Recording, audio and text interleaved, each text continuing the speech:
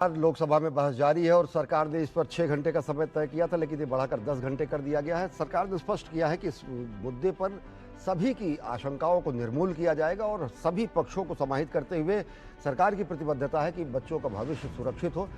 कितने कारगर साबित होंगे ये जब कानून का शक्ल लेगा, जब संशोधन विधेयक। इसी विषय पर चर्चा करने के लिए हमारे साथ दो खास मेहमान जुड़े हैं। हमारे साथ जुड़ चुके हैं हमारे साथ सुप्रीम कोर्ट के वरिष्ठ अधिवक्ता संजय चड्ढा जी। बहुत बहुत स्वागत है संजय जी आपका। साथ ही साथ हमारे साथ जुड़ चुकी हैं अदिति टंडन जी, जो कि एसोसिएट एडिटर हैं द ट्रिब्यून में। आप दोनों खास मेहमानों को स्वागत। संजय चड्ढा जी, अब तो पब्लिक डोमेन में है, फ्लोर पर लोकसभा में बहस भी चल रही है। आरोप प्रत्यारोप की जगह विपक्ष कहीं खामियां गिना रहा है तो कहीं मंशा पर सवाल उठा रहा है। सरकार ने स्पष्ट किया कि जीरो टॉलरेंस नकल या फिर किसी भी अनुचित साधन के प्रयोग के लिए। किस रूप में देखते हैं विधेयक के प्रावधानों को? अगर शुरुआती तरीके से देखें, सजा के बाद कानूनी प्रक्रिया, दोनों लिहाज से। देखिए, दो बहुत अहम चीजें हुई हैं। आपने सही फरमाया, सजा और इन टाइमली क्विक डिस्पोजल, त्वरित न्याय की व्यवस्था इसमें की गई है। कुछ दिन पहले प्रधानमंत्री जी ने अपने एक ट्वीट से कहा था कि स्पेशल कोर्ट्स का गठन किया जाएगा। अब यहां पे अगर मैं कहूं, लीगल पॉइंट जो 3-4 बहुत अहम है, उनकी शुरुआत में करूं। मैं उससे पहले आपको बताता हूं उद्देश्य क्या था। ये जो 2024 में एक्ट आया था, उसका उद्देश्य था कि पेपर लीक को रोका जाए, लार्ज स्केल में जो ऑर्गेनाइज चीटिंग का प्रोग्राम होता है, लोग करते हैं इलीगली, उसको रोका जाए। फिर जो भी एक ट्रांसपेरेंसी का वातावरण बनाने की व्यवस्था की जाए, इस उद्देश्य के साथ वो 2024 का एक्ट आया था। काफी कड़े प्रोविजन थे। लेकिन अभी क्या जो चेंज हुए हैं, वो 3-4 तरफ से उनको देखना आवश्यक है। एक तो जो सजा का प्रोविजन है, उसको इतना सख्त कर दिया गया है कि करने वाला 10 बार सोचेगा। अगर कोई व्यक्ति इस तरह का कृत्य करने का प्लानिंग करता है तो कम से कम 10 बार सोचेगा। भैया 1 करोड़ और ऑर्गेनाइज्ड हो गया तो 10-10 करोड़ रुपए का जुर्माना कौन देगा? पहले का। दूसरी बात, स्पेशलाइज्ड एसटीएफ का गठन किया जाएगा, अर्थात जो लोग इस चीज के लिए स्पेशलिस्ट है वो इन्वेस्टिगेट करेंगे और त्वरित 2 महीने की समय दिया गया है इन्वेस्टिगेशन कंप्लीट करने के लिए। ट्रांसपेरेंसी एक बहुत बड़ा उद्देश्य है। उसके बाद जब न्यायालय में जाएगा, न्यायालय जहां पे पहले सालों साल लग जाते थे, अब समय दिया गया सिर्फ 2 महीने का। 2 महीने के अंदर, 3 महीने के अंदर आपका जो स्पेशल कोर्ट है, क्योंकि स्पेशल कोर्ट पे कोई और बर्डन नहीं होगा। स्पेशल कोर्ट सिर्फ और सिर्फ उन्हीं केसों को करेगी। और अपील में जाने के लिए एक लाइन और बता देता हूं कि अगर कोई, जब न्याय आ जाता है, ऑर्डर आ जाता है, कोई व्यक्ति को दोषी किया जाता है, तो उसके लिए भी लिमिटेशन पीरियड अपील का बहुत सूक्ष्म रखा गया है। और सबसे बड़ी बात, जो हाई कोर्ट जहां पे अपील जाएगी इस स्पेशल न्यायालय की, उसको भी समयबद्ध तरीके से निर्णय देना है, अर्थात अगले 3 महीने के अंदर निर्णय डिस्पोजल करनी है। यानी आज अगर अपराध होता है तो मैक्सिमम 9 महीने का समय होगा, जिसमें सलाखों के पीछे वो आरोपी होगा अगर उसने अपराध कारित किया। हमारे संवाददाता सलाखों के पीछे तो शुरू से ही हो जाएगा। जेल के अंदर होगा अगर निर्णय होगा, माफ करिएगा, सलाखों के पीछे तो तुरंत ही हो जाएगा जब इन्वेस्टिगेशन शुरू होगा, एफआईआर होने के बाद। आप सभी का स्वागत। हमारे साथ संजय चड्ढा जी, वरिष्ठ अधिवक्ता supreme court, Aditi Tandon ji, associate editor Tribune, और कुमार आलोक जुड़े हुए हैं। हम बात कर रहे हैं पेपर लीक में संसद में चल रहे विधेयक पर चर्चा पर।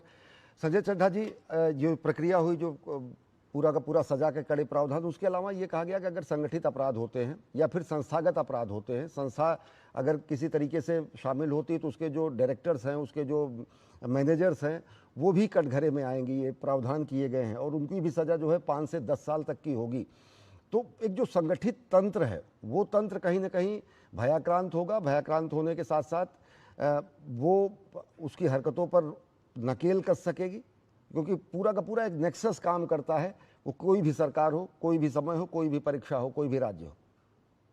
बिल्कुल ठीक आप कह रहे हैं। और जैसा अदिति ने कहा जब वो अपने संबोधन कर रही थी, उन्होंने बड़े स्पष्ट रूप से कहा कि ये संगठित जो क्षेत्र तरीके से लोग कर रहे हैं, इसमें बेसिकली हमने ये देखा है इस पर्टिकुलर ऑफेंसेस में ये पाया गया है कि कुछ लोग मिल के इस काम को करते हैं, तो ये संगठित क्षेत्र में ज्यादा इस अपराध को पाया जा रहा है। ऐसा हमने देखा हिस्टोरिकली, अगर आप देखें जितने भी पहले एपिसोड्स हुए हैं उनमें कोई या तो कोई लोग जिनके अपने कोचिंग इंस्टीट्यूट्स हैं वो हैं, या कोई कार्टेल बना के कुछ लोग कर रहे हैं, जी और वही लोगों से लीड मिलके बाकी अभियुक्तों को पकड़ा जाता। तो एक कार्टेल बन के कंपनियां बना के वो इस चीज को करने का प्रयास करते हैं, और अभी तक वो लोग कर रहे हैं। अब नए कानून में बहुत सही, हमने भी पहले भी जिक्र किया, दोबारा मैं रीइटरेट करना चाहता हूं कि ये एक बहुत बड़ा डिटरेंट के रूप में सामने आएगा।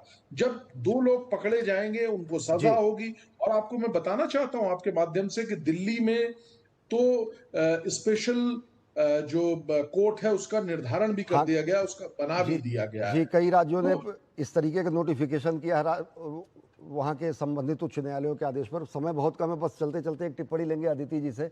अदिति जी, जिस तरीके से कहा जा रहा है कि निरोधात्मक कानून, एक ऐसा कानून आएगा कि लोग इस पर ज़्यादा इस क्षेत्र में अपराध कारित करने से कम होंगे, लेकिन इससे पहले भी जैसा आपने कहा कि बहुत सारे ऐसे कानून बने, एक ऑर्गेनाइज तरीके से जो पूरा का पूरा तंत्र है उस पर कितनी चोट लगेगी, और कहीं ना कहीं कानून के साथ साथ एक सामाजिक दायित्व भी लोगों का बनता है। मैं फिलॉसफी वाली बात नहीं कर रहा हूँ, लेकिन जो भी परीक्षा की शुचिता, परीक्षा की निष्पक्षता, वो एक सामाजिक दायित्व भी है। कानून से ही कितना कारगर तो ये साबित होगा, लेकिन एक प्रयास होता है कि हर कोई इस तरीके की गतिविधियों में शामिल होने वालों की भी जानकारी दे, या फिर इस तरह की गतिविधियों पर रोक लगा सके।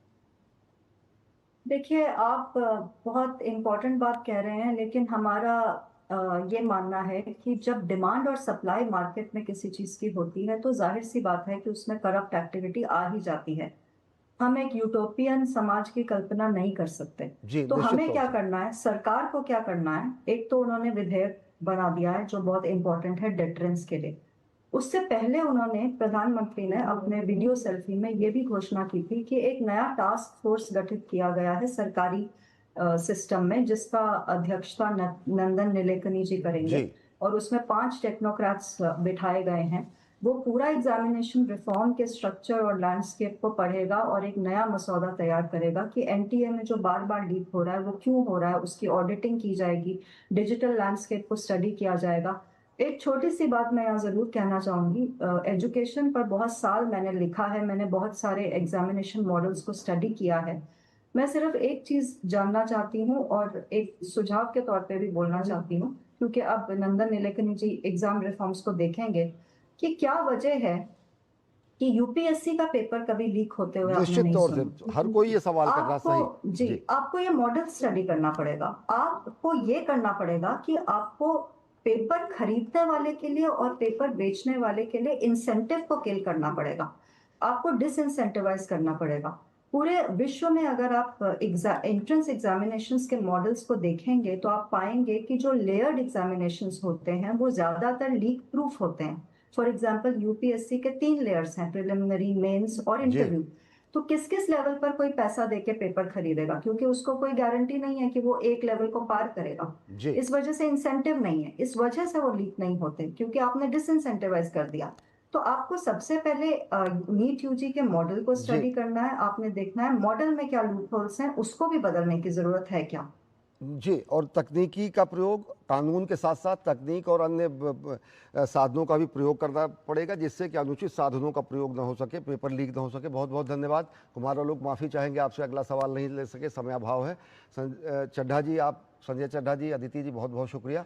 तो निश्चित तौर से जिस तरीके से सरकार ने समय सीमा तय की है पेपर लीक की, तो समय सीमा ये भी है कि लोकसभा में ये विधेयक पारित होगा, राज्यसभा में विधेयक पारित होगा, और निश्चित तौर से राष्ट्रपति के हस्ताक्षर के बाद नया कानून आएगा जो कि पेपर लीक या फिर परीक्षा में अनुचित साधनों पर कारगर तरीके से लगाम लगा सकेगा किसी भी तरीके के पेपर लीक की घटनाओं में। इस विशेष कार्यक्रम में फिलहाल इतना ही। देश और दुनिया की ताज़ा तरीन खबरों के लिए देखते रहिए डीडी न्यूज़। नमस्कार।